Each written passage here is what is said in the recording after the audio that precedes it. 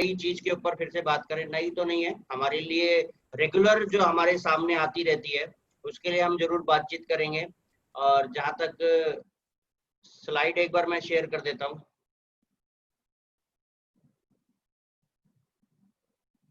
आप लोग स्लाइड देख पा रहे हैं? Yes sir. एक सेकंड में बस इसे रन कर लेता हूँ। चलिए दोस्तों, अब हम शुरुआत करते हैं आज के हमारे प्रोग्राम ई स्किल डेवलपमेंट प्रोग्राम आगाज की, एक कदम हर रोज सफलता की ओर। आज हम डिस्कशन करेंगे उन चीजों के बारे में जो हमारे सामने रोज सामने आती है और रोज हम उस चीजों से लगातार फेस भी करते हैं, लड़ते भी हैं, लेकिन कहीं ना कहीं कभी कभी हम कमजोरी के कारण अपने उन चीजों के सामने शायद हार मान लेते हैं। तो वो कुछ चीजें कुछ इस तरीके से हैं, उसे हम बोलते हैं ऑब्जेक्शन हैंडलिंग। यानी अक्सर हमने देखा है कि हम लोगों के सामने जाते हैं, काम की बातें करते हैं, लेकिन उनसे आने वाली कुछ क्वायरियां, कुछ उनके सवालात ऐसे हो जाते हैं जिसकी वजह से हमारे काम को हम आगे बढ़ाने से थोड़ा सा पीछे रह जाते हैं। यानी आप ये समझ सकते हैं कि एक लाइन भर का हमारा डिस्टेंस रह जाता है, जिसकी वजह से व्यक्ति हमारे साथ आने में शायद संकोच कर जाता है और हमारा काम जितनी तेजी से या जितनी आसानी से होना चाहिए था वो नहीं हो पाता है। तो दोस्तों, इसको हम समझने की कोशिश करेंगे कि ऐसा क्या होता है और क्यों होता है और उसको कैसे हैंडल कर सकते हैं। तो हम स्लाइड के माध्यम से समझने की कोशिश करते हैं। सबसे पहली बात आ जाती है, जब भी हम इनविटेशन करते हैं, बहुत सारे लोग इनविटेशन करते हैं, लगातार करते हैं, लेकिन उस टाइम लोगों के बहुत सारे ऐसे कुछ सवालात आ जाते हैं, कुछ उनकी क्वायरीज आ जाती है, जिसकी वजह से हमें इनविटेशन को प्रॉपर करने में कभी कभी तकलीफ होती है। तो दोस्तों, सबसे पहले हम इस बात को समझते हैं, अगर हम सेल्स ऑफ काम को कर रहे हैं, सेल्स ऑफ बिजनेस को कर रहे हैं, तो उस बिजनेस को करने के लिए जो हमें मेहनताना मिलने वाला है, यानी कि जो हमें पे आउट मिलने वाला है, उसकी वर्थ क्या है, वो कितना बड़ा मेहनताना है। यानी अगर हम आज की डेट में बात करें तो हमें 13 लाख रुपए पर वीक की यहाँ से इनकम मिलती है। और अगर हम 2 साल पहले भी चले जाते हैं तब भी हमें 8 लाख रुपए महीना या 2 लाख रुपए पर वीक मिलता था। लेकिन अगर हम बात करें कि इस अमाउंट को पाने के लिए, इस पर वीक की इनकम को लेने के लिए हमें करना क्या है। अगर आप अपने पुरानी जिंदगी में देखें, पुरानी जिंदगी से मतलब इससे इसके अलावा जो भी काम हम करते हैं उसके बारे में सोचे, तो जितना भी हम वहां से कमाते हैं, चाहे वो हमारा छोटा बिजनेस हो, दुकानदारी हो, या फिर हमारी कोई भी सैलरी पर्सन हो, यानी कि हमारी इनकम सोर्स हमारा नौकरी हो, तो हम लोग जब वहां पे कितना समय देते हैं, किस तरीके से वहां काम करते हैं और किस तरीके से लोगों की बातें सुनते हैं, उसके बाद जाकर हमें कुछ एक लमसम अमाउंट होता है जो लगातार हमारे पुराने कामों की वजह से हमें लगातार मिलता है।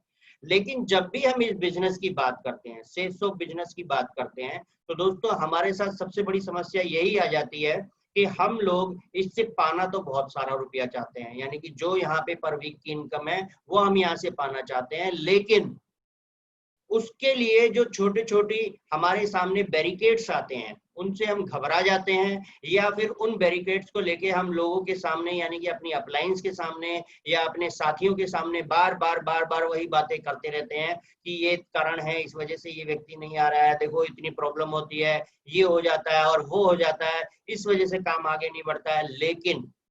लेकिन हमें ये सोचने की बहुत ज्यादा जरूरत है कि अगर हमें यहाँ से 13 लाख रुपए हफ्ता लेना है, यानी 52 लाख रुपए महीना, अगर इसके जीरो को हम गिने, इस फिगर को अगर हम समझें, तो सारी जिंदगी में भी हम एक पूरी इनकम, यानी एक काम को करते करते अगर हम सारी जिंदगी में 52 लाख रुपए इकट्ठे कर ले, तो हमारे लिए बहुत बड़ी बात है, जिसके लिए हमें पूरा जीवन लगाना पड़ेगा, जिसके लिए हमें अपने जीवन का जितना अनुभव है उसका इस्तेमाल करना पड़ेगा, और बहुत सारी तरीके की यातनाएं, यानी कि प्रॉब्लम्स हमें फेस करनी पड़ेगी। लेकिन आज अगर हम यहाँ पे सेफ शॉप की बात करते हैं तो हमारे को छोटी छोटी बातें बड़ी बड़ी लगने लग जाती है। क्या है वो बातें?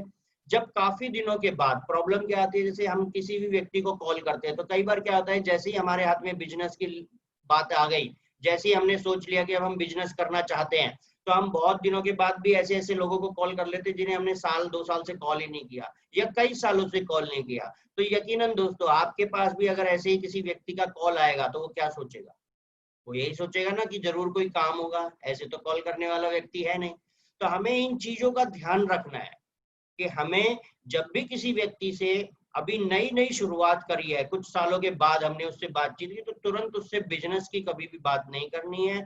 उससे हमें फॉर्मल होना है, उससे लगातार उसको अपने टच में लेके आना है, ताकि आने वाले दिनों में हम उससे फिर बिजनेस की बात कर सकें। लेकिन अक्सर हमसे ये गलती हो जाती है कि हम जाने अनजाने किसी भी व्यक्ति को कॉल कर लेते हैं, चाहे वो हमारे रेगुलर टच में है या नहीं है। तो इस चीज का हमें बहुत जरूरी ध्यान रखना चाहिए दोस्तों। उसके अलावा बात आ जाती है, जब भी हम इनविटेशन करते हैं तो कॉल पर ही वो सारी इंफॉर्मेशन मांगने की कोशिश करता है ना। क्या करता है, वो सारा इंटरेस्ट दिखाएगा, क्या काम है, कैसे करना होता है, कहीं ये वो वाला कॉल काम तो नहीं है, ऐसे तरीके से वो बहुत सारे ऐसे सवालात पूछता है। तो हम लोग उसमें उलझ जाते हैं कि उसे बताएं या ना बताएं, जबकि हमारे को हमारे सिस्टम ने साफ साफ बताया हुआ है कि हमें इंफॉर्मेशन के इनविटेशन के टाइम पर क्या चीजें करनी चाहिए और क्या चीजें नहीं करनी चाहिए। जब हम उन चीजों को सिस्टम की ट्रेनिंग के माध्यम से जान चुके हैं तो उसका अप्लाई क्यों नहीं कर पाते हैं। उसकी भी एक बहुत बड़ी वजह है, जो मैं अगले कुछ 2 लाइनों के बाद आपको जरूर नजर आएगी। लेकिन हमें ये चीज का ध्यान रखना है कि जब भी कोई व्यक्ति कितनी ही कोशिश करे, हमें भी अपने आप को उतना तैयार कर लेना है कि हम उसे कॉल के ऊपर या इनविटेशन के टाइम पे बिजनेस की इंफॉर्मेशन ना दें, सिर्फ इतनी इंफॉर्मेशन दें कि हम उसे इनवाइट करना चाहते हैं और एक अच्छी अपॉर्चुनिटी के लिए इनवाइट करना चाहते हैं। लेकिन अक्सर क्या होता है कि लोग जैसे तैसे वो पूछते जाते तो हम उनके सवालों में उलझ जाते हैं, और कई बार हमसे ये गलती हो जाती है कि हम थोड़ी थोड़ी जानकारी उसको दे देते हैं। और जैसा कि पुराने बुजुर्गों ने कहा है कि थोड़ा ज्ञान जहर समान, इस वजह से हमारे साथ इनविटेशन में बहुत सारी प्रॉब्लम आती है। बहुत सारे लोग हमारे साथ आने से कतराते हैं, या वो हमारे साथ इनवाइट होने से मना कर देते हैं और प्लान को देखना पसंद नहीं करते। इसके अलावा बात आ जाती है कि टाइम कंफर्म करने के बाद भी मीटिंग के टाइम पर लोग कॉल पिक नहीं करते। बहुत सारे लोगों के साथ होता होगा, कितने लोगों के साथ ऐसा हो जाता है? क्या बात है, ज्यादातर लोगों के साथ ये हो जाता है ना। देखिए, ये किसी भी, अगर हम बात करें तो कोई भी ह्यूमन हो, कोई भी पर्सन हो, कोई भी व्यक्ति हो, उसकी ये फितरत है, और हम किसी भी इंसान की फितरत नहीं बदल सकते। अगर आप इस बात को समझने की कोशिश करेंगे तो हम लोगों के पास मना करना इतना आसान हमारे अंदर मतलब आदत नहीं है कि हम किसी भी व्यक्ति को, अपने जानकार व्यक्ति को तुरंत मना कर दें। सही है ना। तो जब हम किसी को तुरंत मना नहीं कर सकते हैं तो हम पहले कहते हैं हाँ हाँ हम जरूर आएंगे, क्यों नहीं, हमारा ही तो काम है, आखिर आप हमारे इतने अजीज हो, हम जरूर आएंगे। लेकिन जब वो टाइम पर आप मीटिंग के टाइम पे उसे कॉल करेंगे और उसे लगेगा यार मैंने खामखा अपनी कमिटमेंट दे दी, अब लेकिन इस कमिटमेंट से मैं दूर कैसे जाऊं, तो मैं फोन उठा के मना करूंगा तो अच्छा नहीं लगेगा सामने वाले व्यक्ति को, तो वो कॉल पिक नहीं करता है। और फिर जब कभी 1-2 दिन के बाद कॉल पिक कर लेता है तो कोई ना कोई बहाना दे देता है कि जिस वजह से वो मीटिंग के टाइम पे कॉल पिक नहीं कर पाया था। तो दोस्तों हमें ये मानना पड़ेगा कि लोगों की ये आदत होती है अपने कमिटमेंट को देना और फिर उसको ब्रेक करना यानी तोड़ देना। तो इस चीजों से हमें है ना प्रॉब्लम नहीं समझना चाहिए, हमें ये मानना चाहिए कि लोग ऐसे ही होते हैं, हम लोगों को ऐसे ही लोगों से हमें बात करनी होगी, तभी जाकर सेफ शॉप के माध्यम से हमें 52 लाख रुपए महीने की इनकम मिलेगी। वरना अगर इतना आसान हो जाए सब लोगों को बुला लेना, उनको प्लान दिखा देना और उसके बाद उसको ज्वाइन करा देना और उससे काम ले लेना, तो फिर 52 लाख रुपए नहीं दोस्तों, शायद 5200 रुपए महीना भी मिल जाए तो बहुत बड़ी बात हो जाएगी। सही है ना, आप मेरी बात समझ पा रहे हैं? चलिए बहुत अच्छी है। फिर आ जाता है कि नेक्स्ट मीटिंग के लिए कॉल कैसे, दोबारा हम उसको मीटिंग के लिए कैसे बुलाएं फिर, है ना, ये सबसे बड़ी बात है। तो इस चीज को अगर हम समझे तो जब भी व्यक्ति ने हमारी मीटिंग के टाइम पे कॉल अटेंड नहीं किया या किसी ना किसी बहाने से मीटिंग के टाइम पे मना कर दिया, तो हमें दोबारा कॉल करने में कई बार झिझक होती है। कई बार हमें ऐसा लगता है कि यार अब क्या बोले, आता तो है नहीं, है ना। लेकिन इस चीज को समझने की बहुत जरूरत है दोस्तों। एक बार में व्यक्ति हमारी बात मान जाए ऐसी पर्सनैलिटी हम नहीं है, इस बात को हमें अपने आप से समझना होगा। अगर आप अपने घर में भी देखोगे तो जरूरी नहीं है कि आपकी बातें घर में एक बार में मान ली जाती हो। मान ली जाती है क्या? नहीं मानी जाती। तो दोस्तों यहाँ भी हमें समझना पड़ेगा कि कोई भी जान पहचान वाला व्यक्ति, फैमिली का आदमी या फिर हमारे रिश्तेदारी में आने वाला या फिर हमारा फ्रेंड, शायद ही कोई ऐसा होगा कि तुरंत हमारी एक बार में बात मान जाए। लेकिन हमें उसे अगर 3-4 बार उसको इंसिस्ट करेंगे, यानी बुलाएंगे, उसको इनवाइट करेंगे, तो जरूर वो शर्म के मारे 3-4 बारी में से एक बार जरूर हमारे साथ आकर हमारे प्लान प्रेजेंटेशन को देखना पसंद करेगा। तो हमें इन चीजों से कतराना नहीं है। मेरा ये सवालों को बताने का मकसद यही है कि हम इन चीजों से दूरी बनाना शुरू कर देते हैं लोगों से। लेकिन ऐसा करने की जरूरत है क्या? नहीं, क्योंकि काम ही यही है, लोगों को टच में जाना, लोगों को प्लान के लिए इनवाइट करना, लोगों को अपने साथ ज्वाइन कराना, यही तो हमारा काम है। और इन कामों के लिए जो जो चीजें सामने आती हैं, जैसे जैसी क्वायरीज सामने आती है, जैसे जैसे सवाल सामने आते हैं, वो हमें लगातार फेस करने चाहिए, उनको सीख लेना चाहिए, उनकी आदत इतनी हो जानी चाहिए कि हमें वो चीजें तकलीफ लगे ही ना, प्रॉब्लम लगे ही ना। तो दोस्तों इसके बाद अगर हम अगली चीज पे देखेंगे तो इस सब चीजों का बेस्ट ऑप्शन क्या है कि ये चीजें हमारे को तकलीफ ना दे। तो सबसे पहले तो हमें ये बातों को अडॉप्ट कर लेना है, ये समझ लेना है कि ये हमारे बिजनेस का एक तरीका है, ये बार बार सामने आएगा और इसको लगातार हमें करना है। सही है। अब इसके अलावा क्या है, बेस्ट सॉल्यूशन में लिखा है सिस्टम की हेल्प लें और अपने अनुभव को मिलाकर, यानी सिस्टम की मदद लेनी है, सिस्टम जो सिखा रहा है, और अपने पुराने अनुभवों को मिलाना है। जैसे कि अगर हम लोगों को शादियों में भी बुलाते हैं, बर्थडे में भी बुलाते हैं, तो क्या सब लोग आते हैं? नहीं। हो सकता है कि हमने बहुत सारे लोगों को कॉल किया बर्थडे के लिए, हमने 100 लोगों की लिस्ट बनाई थी बर्थडे में बुलाने के लिए, और हमने 100 लोगों को कॉल किया और एक ही दिन में कॉल किया, तो क्या सारे लोग फोन उठा लेते हैं? कोई जरूरी नहीं है फोन उठाएंगे। तो ये चीजें जब रेगुलर कहीं पे भी होती हैं, तो जब हम बिजनेस के लिए सोचते हैं तब क्यों हम उसके लिए ऐसा सोचने लग जाते हैं, सर वो फोन पिक नहीं करता है, सर वो इन्वाइट करने के बाद भी नहीं आता है। तो ये तो लोगों की आदत है। इस चीज को हमें अपने अनुभव के हिसाब से सिस्टम की बातों को ध्यान रखते हुए मान लेना होगा कि ये होता ही है और यही चीजें होती हैं, इसीलिए हमें यहाँ से सेफसॉफ्ट के माध्यम से 52 लाख रुपए हफ्ता, तो 52 लाख रुपए महीना मिलने वाला है। ऑब्जेक्शन हैंडल करने के लिए ये सारी चीजें हमें सीखनी ही होंगी। ठीक है, कर पाएंगे? चलिए बढ़िया है। और दूसरी बात आएगी, इसके अलावा और एक सबसे बेस्ट ऑप्शन होता है कि हम अपनी लिस्ट को बड़ी करें, यानी हमारी लिस्ट बड़ी होनी चाहिए, ताकि हमारे को ऐसी जो छोटी छोटी बातें सामने आती हैं ये ज्यादा हमें परेशान ना करें। आए तो बेस्ट, नहीं तो नेक्स्ट। यानी कि हमने किसी को भी बोला, अगर वो अभी टाइम नहीं दे पा रहा है, तो हमारी लिस्ट में इतने लोग होने चाहिए कि उसको दोबारा कॉल करने के लिए हमारे पास ही टाइम ना हो, हमें उसको 2 हफ्ते बाद फोन करें, 5 दिन बाद फोन करें, जिससे उसको लगे कि आदमी जो काम बता रहा था सचमुच बहुत बढ़िया काम है, उसमें वो बहुत बिजी रहता है, मुझे भी उसके साथ इस बात को सोचना और समझना चाहिए, देखना चाहिए। सही है ना? कर पाएंगे ऐसा? चलिए बहुत बढ़िया, उम्मीद करता हूँ मेरी बातें आपको समझ आ रही है। अब हम आगे की बातें कर लेते हैं। इसके बाद बात आ जाती है objection handling at the time of follow up, यानी कि आफ्टर द प्लान। प्लान देने के बाद हमें क्या क्या तकलीफें आती है सामने, ये देख लेते हैं थोड़े से। ये कुछ बचकाना सवाल है, अगर आप इनको ध्यान देंगे, कॉल पिक नहीं करना देखने के बाद और प्रोडक्ट डिटेल देने के बाद भी, यानी कि प्लान देखने के बाद भी कॉल पिक नहीं करना, और मान लो कॉल पिक कर लिया, मिल लिया, फॉलोअप थोड़ा सा हो गया, उसको हमने प्रोडक्ट की डिटेल दे दी, तो उसके बाद फिर वो हमारे को सीनियरिटी भरने के लिए डिटेल नहीं दे रहा है अपनी, है ना? समझ पा रहे हैं? तो ये सारी चीजें लोग करेंगे, करते हैं, करते थे और करते रहेंगे। इन चीजों को हम बदल नहीं सकते हैं। हमें किसको बदलना है? हमें खुद को बदलना है। हमें ये समझ लेना है कि ये होता रहेगा और ये सारी चीजें होती रहेंगी, इसीलिए हमें ये काम करते रहना है। और क्योंकि सेफसॉफ्ट हमें 52 लाख रुपए महीना यूं ही नहीं दे रही, उसको पहले से पता है कि लोग ऐसा करते हैं। आज हमारे साथ घटना नहीं घट रही है, सबके साथ यही होता है, लेकिन फिर भी हम लोग बार बार इसी चीज की शिकायत अपनी अपलाइन से करते हैं। क्या बताते रहते बार बार? सर वो प्लान दिखाया था ना, वो फोन ही नहीं उठा रहा है, अब बताओ मैं क्या करूं? अरे दोस्तों आप समझिए, अगर वो व्यक्ति फोन नहीं उठा रहा है तो क्या हमारी अपलाइन टेलीफोन ऑपरेटर है? सिस्टम में जाके उनसे कहेंगे कि फोन उठाइए? या वो हमसे ज्यादा हमारे गेस्ट को जानते हैं? नहीं, हमारे गेस्ट को तो हम ही जानते हैं। चाहे उनका घर जानते हैं, चाहे उनकी फैमिली में किसी को जानते हैं, चाहे वो हमारे रिश्तेदारी में कहीं पे भी आते हैं, तो हमें ही इस चीज का सॉल्यूशन निकालना होगा कि हमें उनसे कैसे कांटेक्ट करना है। और अगर हम सॉल्यूशन नहीं निकाल सकते तो डोंट वरी, कोई बात नहीं, हमारी लिस्ट बड़ी है, हम अगले लोगों से बात करेंगे। कर सकते हैं कि नहीं? बढ़िया है।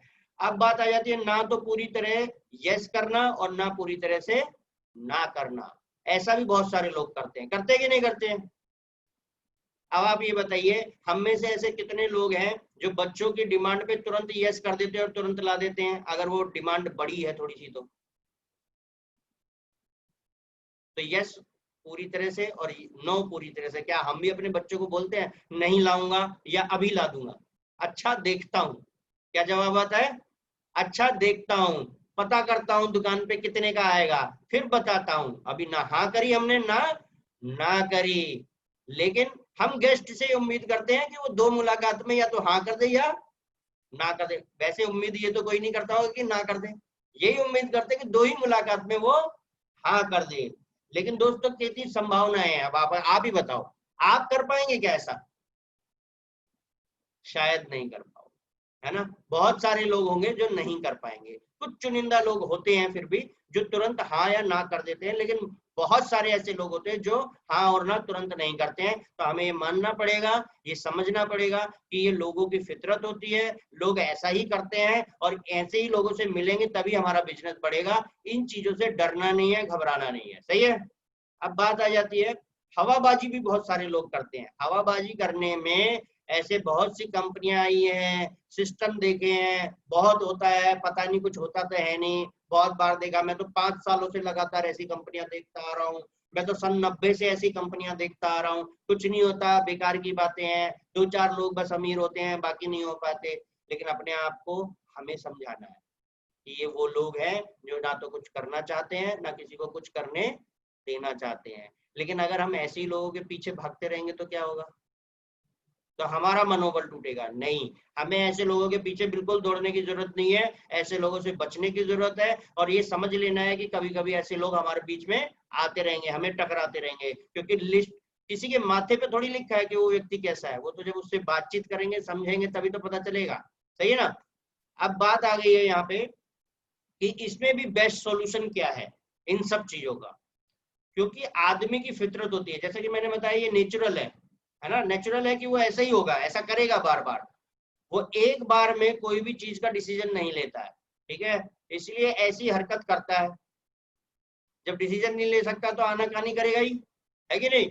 वो अपने आप को ही नहीं समझा पा रहा है मुझे हाँ कर रहा है या ना कर रहा है, वो आपको क्या समझाएगा, सही है। तो हमें इस चीज का ध्यान रखना है। वो ऐसी हरकत इसलिए करेगा और ऐसे टाइम पर अपने अनुभव से सामने वाले को रिप्लाई देना है, अपने अनुभव से। इस चीज को बात जरूर ध्यान रख लीजिए, सिस्टम की बातों को अपने अनुभव के साथ जरूर जोड़ना है। जैसा कि सिस्टम हमें बार बार सिखाता है ना, कैसे बताएंगे वो हमें, फील फैक्टर जो हमारा होता है, आप सही कह रहे हैं कि ये ऐसा होता है, लेकिन जब मैंने इसमें जाके देखा तो मेरी अपलाइन ने मुझे ये सब चीजें बताई, तो मेरे को फिर समझ में आ गया कि ये ऐसे इस वजह से होता है। हमको ये याद है ना। तो इस चीज को ध्यान रखना है। हमारे को कोई भी व्यक्ति जब कॉल पिक नहीं करना है तो हमें समझ लेना है, जब वो कॉल पिक नहीं कर रहा है तो या तो उसके घर जाना होगा, या किसी दूसरे नंबर से ट्राई करना होगा, या जिसके माध्यम से हम उसे जानते हैं उसको कांटेक्ट करना होगा। ऐसे जितने भी ऑप्शन हमें समझ आए, हमें उसका उसका इस्तेमाल करना है, उससे कोशिश करनी है कि उससे हमारा कांटेक्ट हो पाए। अगर फिर भी नहीं हो पाता है, यानी कि वो भूमिगत हो गया है, यानी कि इसको हम बोलते हैं अंडरग्राउंड हो गया है, तो फिर तो कोई माई का लाल उसे ढूंढ नहीं सकता है, फिर मत ढूंढिए। वो चाहता ही नहीं आपके सामने आना, वो शायद आपसे डर गया है, वो अपने आप से डरा हुआ है कि कहीं मैं कोई डिसीजन लेके काम करने लग जाऊं और मुझे फिर बाद में काम करना पड़ेगा, और मुझे तो काम करना पसंद ही नहीं है। क्योंकि बहुत सारे लोग दुनिया में सिर्फ और सिर्फ बोझ बनने के लिए तो आए हैं। नरसिंह ग्रेवाल सर बताते हैं ना कि ये जिंदा लाश है, इनके अंदर दम नहीं है, क्योंकि इनके अंदर सपने नहीं है। ये सिर्फ आते हैं, खाते हैं, पीते हैं और दुनिया से चले जाते हैं। तो ऐसे लोगों को दूरी बनी रहे तो अच्छी बात है। गलती से अगर हमारे साथ सिस्टम में आ गए तो उन्हें फिर हमें अपने ही कंधों पे उठाए उठाए घूमना पड़ेगा। कर पाएंगे हम ऐसा? क्या नहीं। हमें ऐसे व्यक्तियों की जरूरत है जो हमारी ही तरह जुझारू हो, जो हमारी तरह मेहनती हो, तभी तो हमारे साथ काम आगे बढ़ेगा। सही है।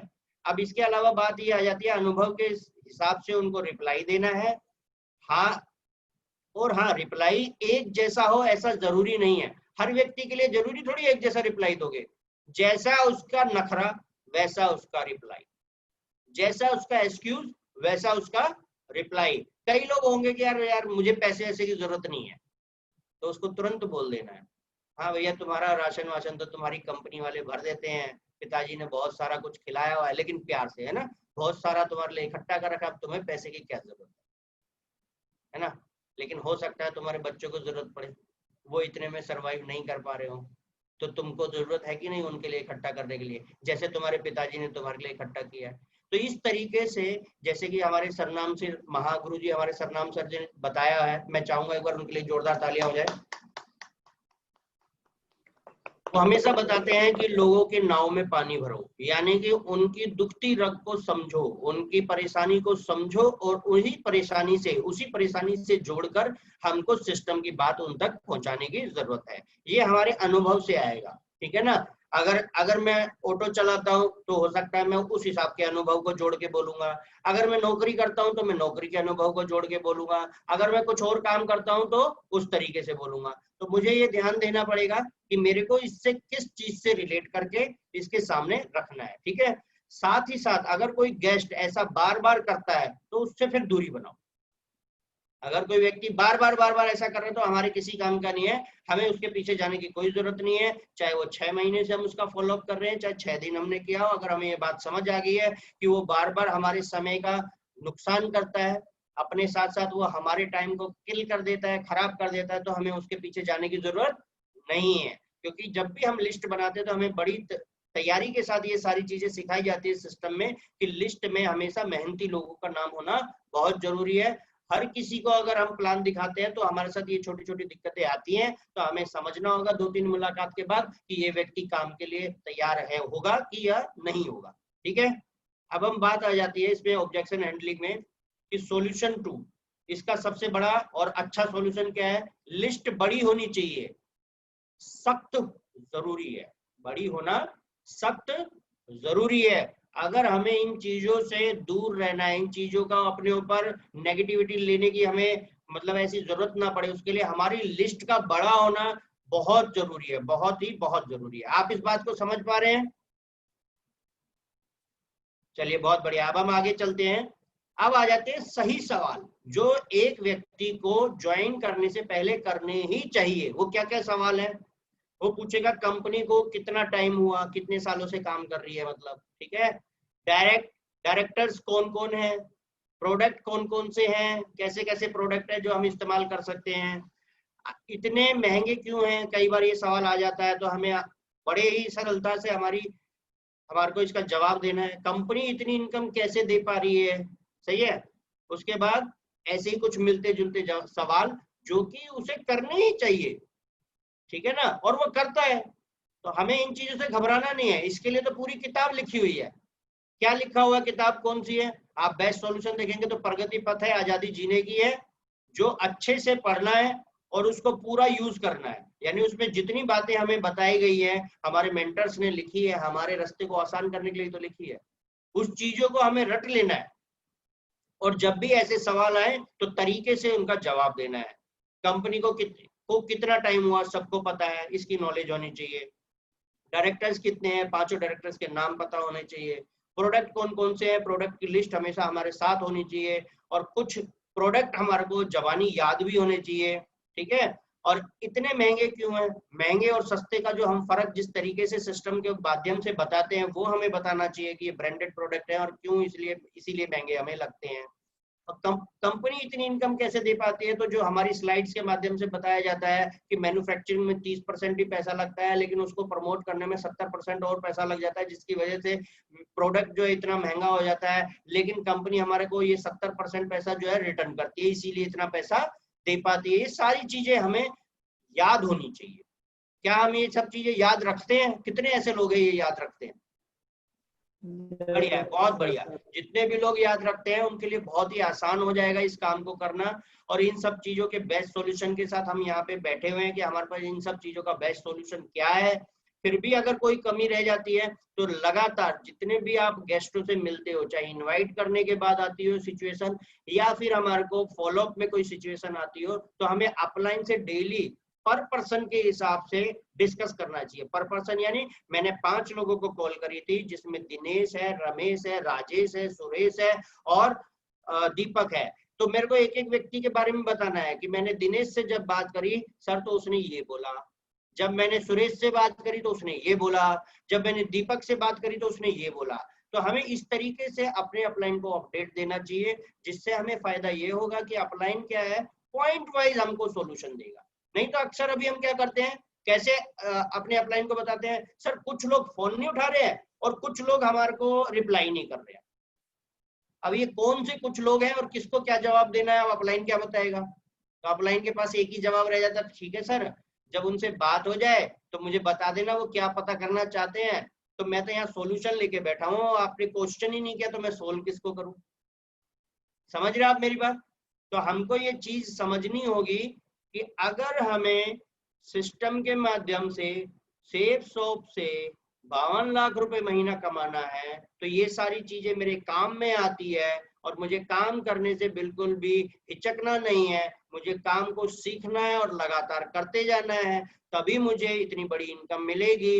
अगर मैं अपने आप को उस इनकम के लायक नहीं बनाता हूं तो मेरे को ये सिस्टम क्या, ऊपर से भगवान भी आ जाए तो 52 लाख रुपए महीना कमाने का मौका मेरे हाथ में नहीं रहेगा। क्यों? क्योंकि मैं खुद को तैयार नहीं कर रहा हूं। तो मुझे खुद को तैयार करना होगा, ये समझना पड़ेगा कि ये सारी चीजें मेरे काम का हिस्सा है और मुझे इसे लगातार फेस करना है। सही है? तो मेरी बातों को मैं यहीं विराम दूंगा और उम्मीद करता हूं आपको कुछ जानकारी सिस्टम के माध्यम से मैं आप तक पहुंचा पाया हूं, जो आपके जीवन में आपको बहुत ही क्या बोलते हैं, मौका देगी अच्छी उपलब्धियां लेने के लिए। तो मैं अपनी बातों को विराम दूंगा। धन्यवाद, बहुत बहुत शुक्रिया आप लोगों का। Thank you so much.